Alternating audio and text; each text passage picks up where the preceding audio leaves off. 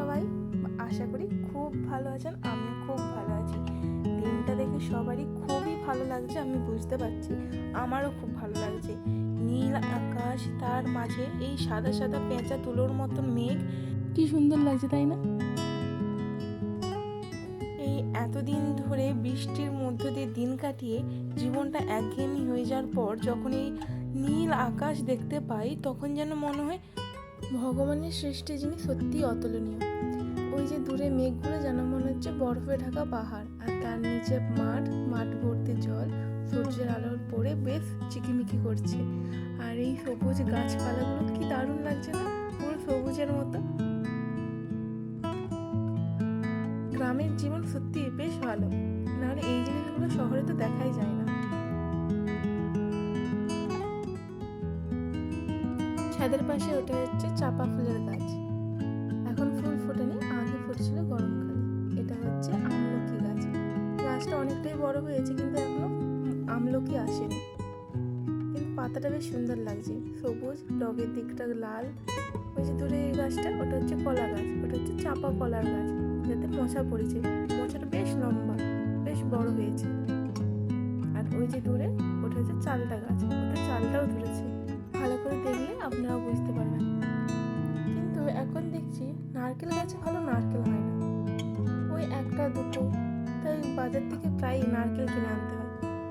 নারকেল গাছ আছে অনেক, কিন্তু তাও। আর এই হচ্ছে আমার সেই ছাত্র, মানে লাড্ডু। সে আসছে আমার কাছে ছবি আঁকতে। সকাল সকাল উঠে এখন ছবি আঁকার জন্য এসেছে।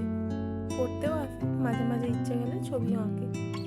এখন তো বুঝতে পারছি না কী রং করবে। আর ওর দেখে আমার ইচ্ছে গেছে আমিও কিছু আঁকি। তাই এই গণেশের মূর্তিটা আঁকলাম। কেমন হয়েছে জানাবেন। আঁকা শেষ হতে না হতেই দেখছি আমার দিদির ছেলে ওম, হ্যাঁ ওর নাম ওম, কিন্তু আমরা ভালোবেসে ওকে ননি বা নুনু অনেক নামে ডাকি। ও এনেছে একটা ফুল যেটা খুব সুন্দর, আর ও আমাকে দেবে না, কিন্তু আমি নিয়ে নিচ্ছি। আর নিয়ে নেওয়ার পরে ওর মুখের হাসিটা দেখুন, কি মজা। আর এই যে লাড্ডু বলছে আমি অনেকদিন ভাইকে নিইনি, তাই আমি ভাইকে কোলে নেব। তাই দুজনে মিলে বসে আছে।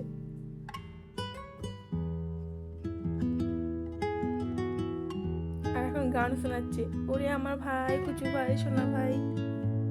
এখন প্রায় 3টের মতন বাজে, রেডি হয়ে গেছি ঘাটাল যাওয়ার জন্য। আর ঘাটালে এসেও গিয়েছি। এসে ঢুকেছি আমরা এখন শ্রীহরির দোকানে। তো সেখানে আমাদের কিছু এক্সচেঞ্জ করা ছিল, সেই জন্যই এসেছিলাম। আর এখানে দাদা এক্সচেঞ্জ করছে, তো আমি এখন আপনাদেরকে দোকানটা ঘুরিয়ে দেখাচ্ছি। এখানে বেশ ভালো ভালো কালেকশন আছে। ঘাটালে এই দোকানটাতে অনেক কিছু কালেকশন পাবেন আপনারা শ্রীহরির। তো ইচ্ছে করলে আপনারা আসতে পারেন।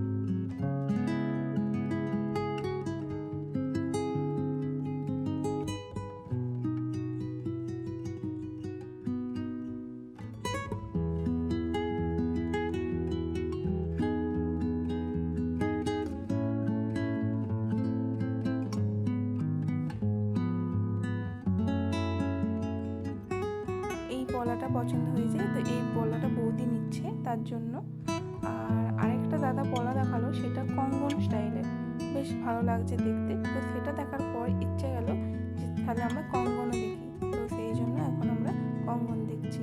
এই ডিজাইনটাও বেশ ভালো, রেগুলার ইউজ করা যাবে না এই জিনিসগুলো লেখাই থাকে, কিন্তু তাও আমরা 1 বছরের মধ্যে এক্সচেঞ্জ করে আরেকটা পেতে পারি। সেখানে কাজ মিটে যাওয়ার পর আমরা এলাম পিতল দোকানে। মা তুলসী তলায় একটা প্রদীপ দেয়, কিন্তু প্রদীপটা হারিয়ে গিয়েছিল এই ধরনের। তো এই ধরনের প্রদীপ নেব বলে ভাবলাম, কিন্তু তারপরে একটা ছোট্ট প্রদীপ দেখতে পেয়ে সেটা নিয়ে নিয়েছি, ওটা নিয়ে নিই। এইগুলো নিয়ে আরও দোকানে গিয়েছিলাম, সেই সব ক্লিপ আবার নেওয়া হয়নি। যেমন ট্রেলার দোকান, স্টেশনারি দোকান, বই দোকান, এই সমস্ত দোকানে গিয়েছি।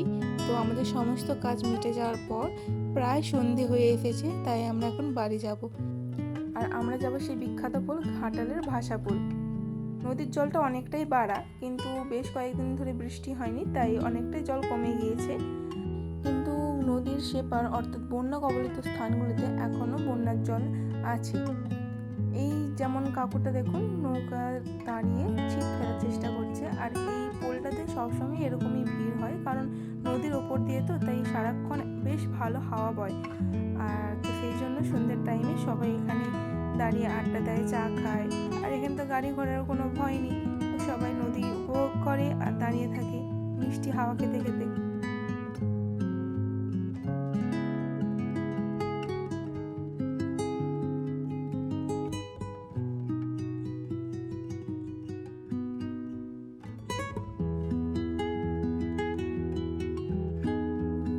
অনেক ঘোরাঘুরির পর এখন আমরা ফাইনালি এসেছি একটা ফুচকার দোকানে, কিন্তু ফুচকা খাবো না, খাবো পাপড়ি চাট। তো কাকু কীভাবে পাপড়ি চাট বানাচ্ছে সেটাই আমি দেখছিলাম।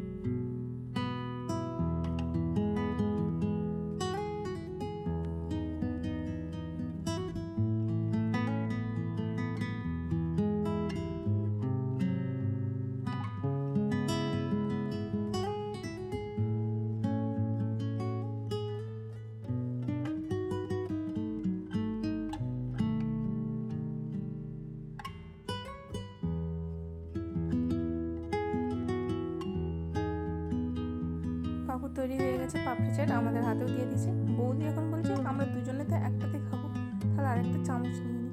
আমি বললাম থাক, পাপড়ি চাট আমি হাতেই খেয়ে নেব বলে একটা পাপড়ি দইয়ের সাথে নিয়ে খেলাম। কিন্তু স্বাদটা ঠিকঠাক, অতটা ভালো নয়, কারণ আমার বেশি একটু দই থাকবে, বেশি করে চাটনি থাকবে, সেগুলো ভালো লাগে। এটা যেন একটু শুকনো শুকনো লাগছিল, ঠিক আছে, খুব খারাপ না। তারপর সেখান থেকে এসে আমরা খেলাম মোমো। এই দোকানের মোমোটা আমার সবসময়ই পছন্দ, বৌদির আর আমার দুজনেরই পছন্দের। চলুন তবে আমিও খেয়ে নিই, আর আপনারা বলবেন যে ব্লগটা কেমন লাগলো। আশা করি সবাই ভালো থাকবেন, সুস্থ থাকবেন, আর ব্লগটা কেমন লাগলো আপনারা নিশ্চয়ই বলবেন। বাই।